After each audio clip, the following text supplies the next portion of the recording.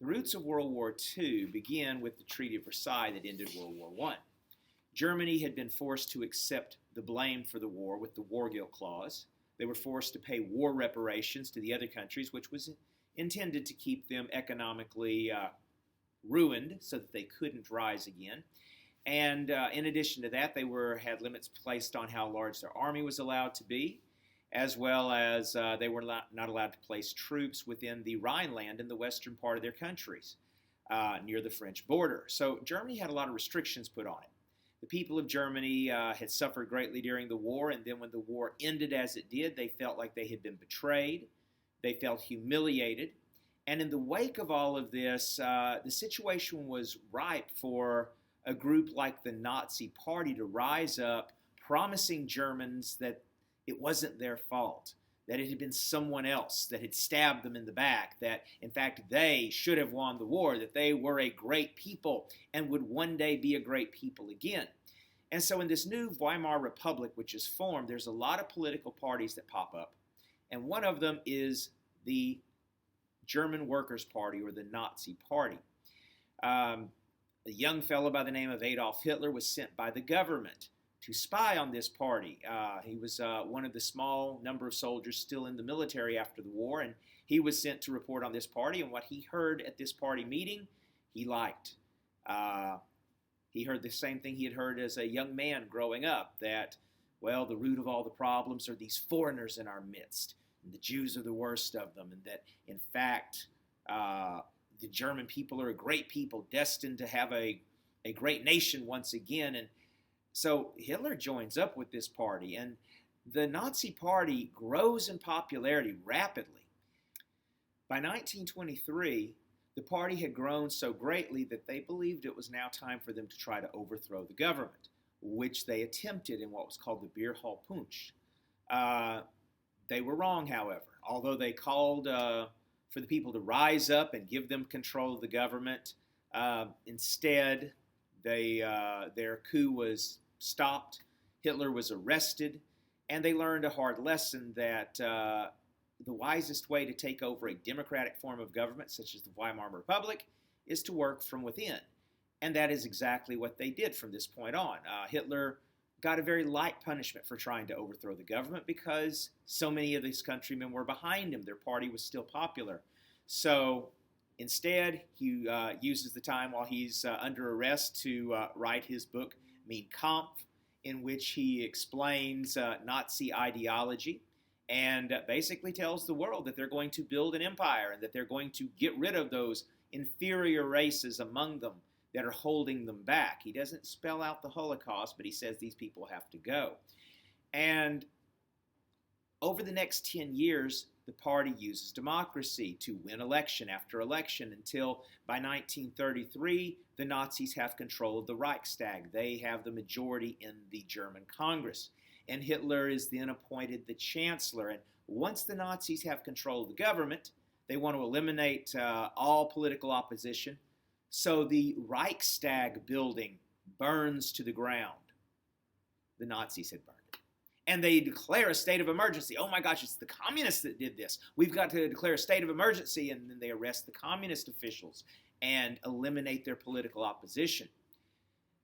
Then, after they've gained full control of the government, Hitler then, on what's called the Night of the Long Knives, sends out his personal bodyguard, the SS, the black shirts, to go and kill off other Nazi party officials that might not be loyal to him. So now the Nazis have control of Germany, Hitler has control of the Nazis, and now they're ready to start expanding.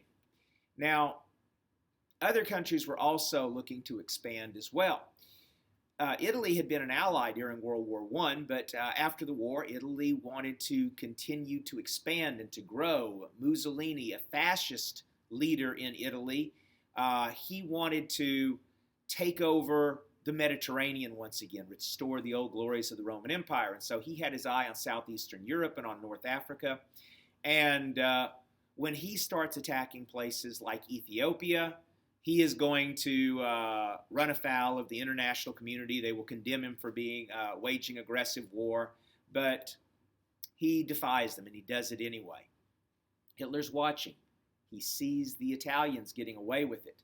Ultimately, Hitler invites Mussolini to come and see what he's doing in Germany. And Mussolini and Hitler, they have very similar political ideology. They both are bent on conquest, and they become allies, forming the Axis alliance around which they believe all of Europe is going to revolve. And eventually, by 1940, once the war starts, they will add the Japanese out in the Pacific to their Axis alliance as all three countries try to expand. Now, the steps of German expansion. First of all, the Germans are going to have to occupy that area next to France. So they build up their military. Then they occupy the Rhineland, that area right next door to France. And the English and the French, although they're breaking the Treaty of Versailles, they kind of look the other way and say, well, they're not hurting anybody, and their military's not that big yet, and it's just their own country. And so they appease Hitler. They let him do it without responding to it. Now, a big lesson we learn out of World War II is this idea of you can't appease your enemies, and this will greatly influence American and Western political thought right up until the present. The idea in the Cold War of the domino theory that you can't let one thing fall to communism comes from this period where we let a few things go. We let Hitler do a few things thinking that'll be enough, he'll stop there, but he just kept taking more. So he gets away with occupying the Rhineland. The next thing he occupies is going to be Austria, to the south of Germany. Now, Austria was full of Germans, and the Nazi Party actually was a popular political party there, and they had gained enough control in the government that they requested that the Germans send troops into Austria to protect them against communists in their midst. In reality, it was their way of inviting Hitler to take their country over, which he did. And England and France, and also the United States. Remember, we're in this isolationist phase where we don't care what's happening in Europe or over in Asia. Not our problem. We're busy with the Great Depression. We'll deal with that. Let the rest of the world go to hell in a handbasket. It's not our problem. So nobody does anything about it. He was invited after all, so he gets away with that.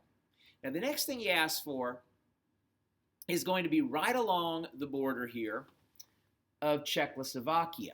Right up against the German border, there's a mountainous region called the Sudetenland. And Hitler tells the world, hey, look, I know you were drawing a map to give everybody their own country after World War I, but really that border mountain region should be in Germany because it's full of Germans, and we need a little more living space. So give us that, and we promise we won't ask for anything else. And Mussolini immediately says, hey, he's being reasonable, and he's asking, England, France, what do you think?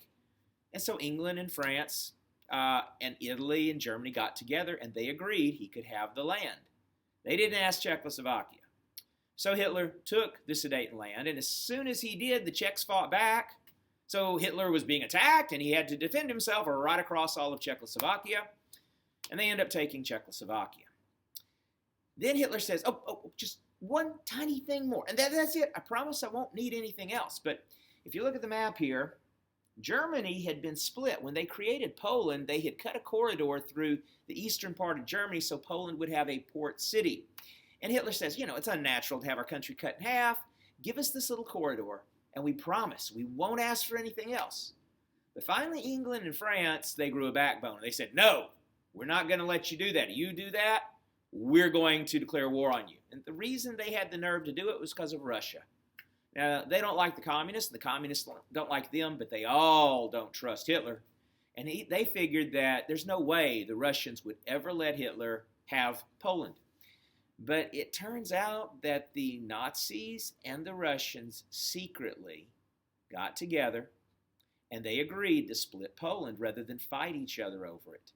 Now, Hitler knew that Stalin was lying, that Stalin isn't going to have peace with Germany. What Stalin wants to do is go up here to the north and finish capturing Finland, which is what they were in the process of doing, and then they're going to go stab Germany in the back.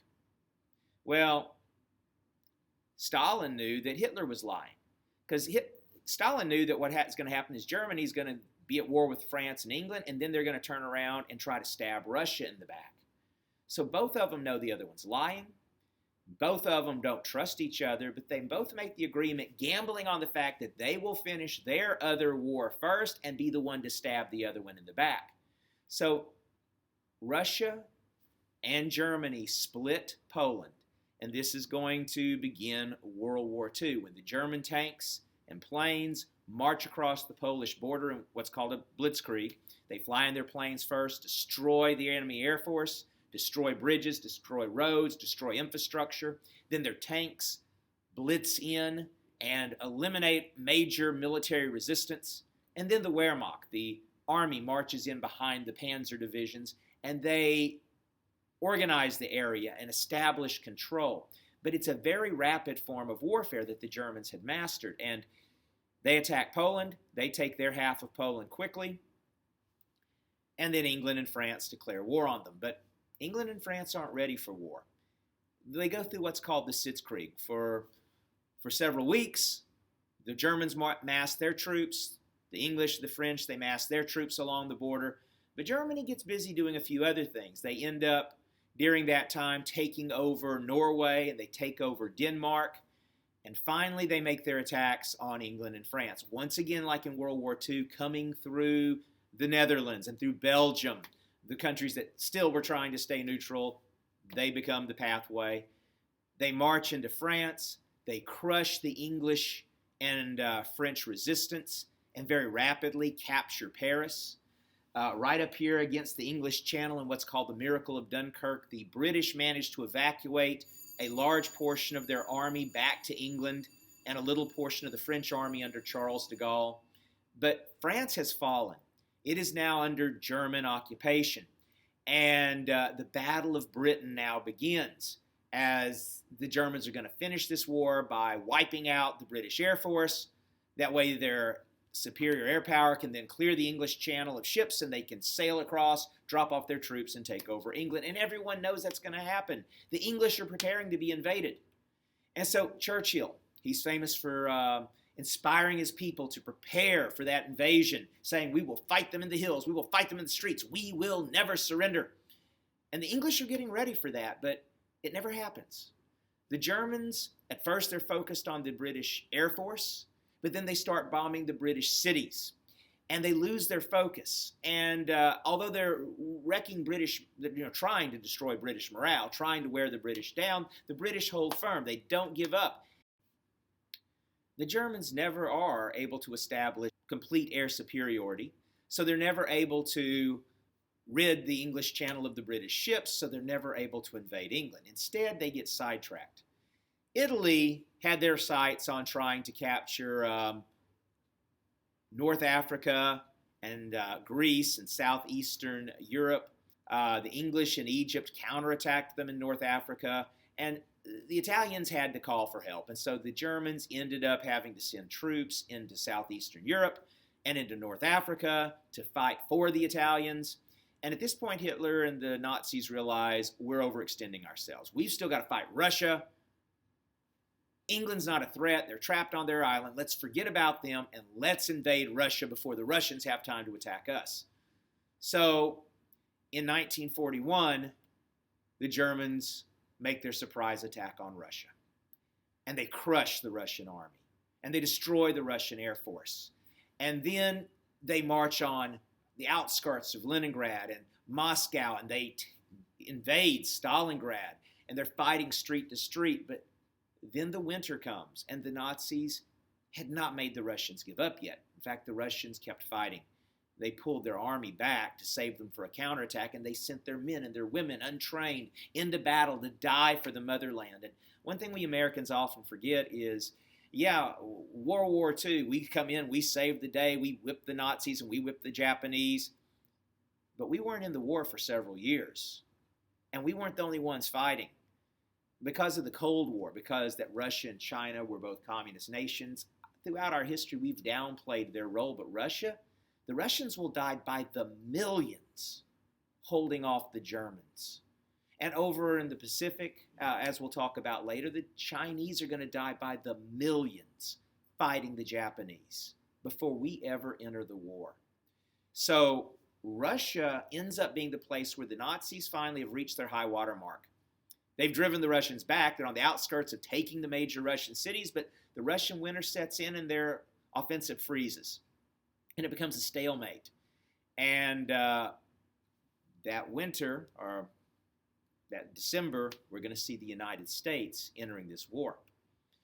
Now, while all that's going on over in Europe behind Nazi lines, the Nazis are finally carrying out Hitler's final solution to eliminate these inferior peoples. And their answer is not to deport them, not simply to arrest them, but to exterminate them. And so we see over 6 million Jews and over 6 million non-Jews as well slaughtered in these death camps by the Nazis. So all of this is going on, and yet America sits back.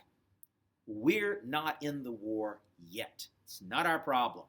But we see it coming, and especially President Roosevelt sees it coming, and he knows we're going to have to enter the war at some point.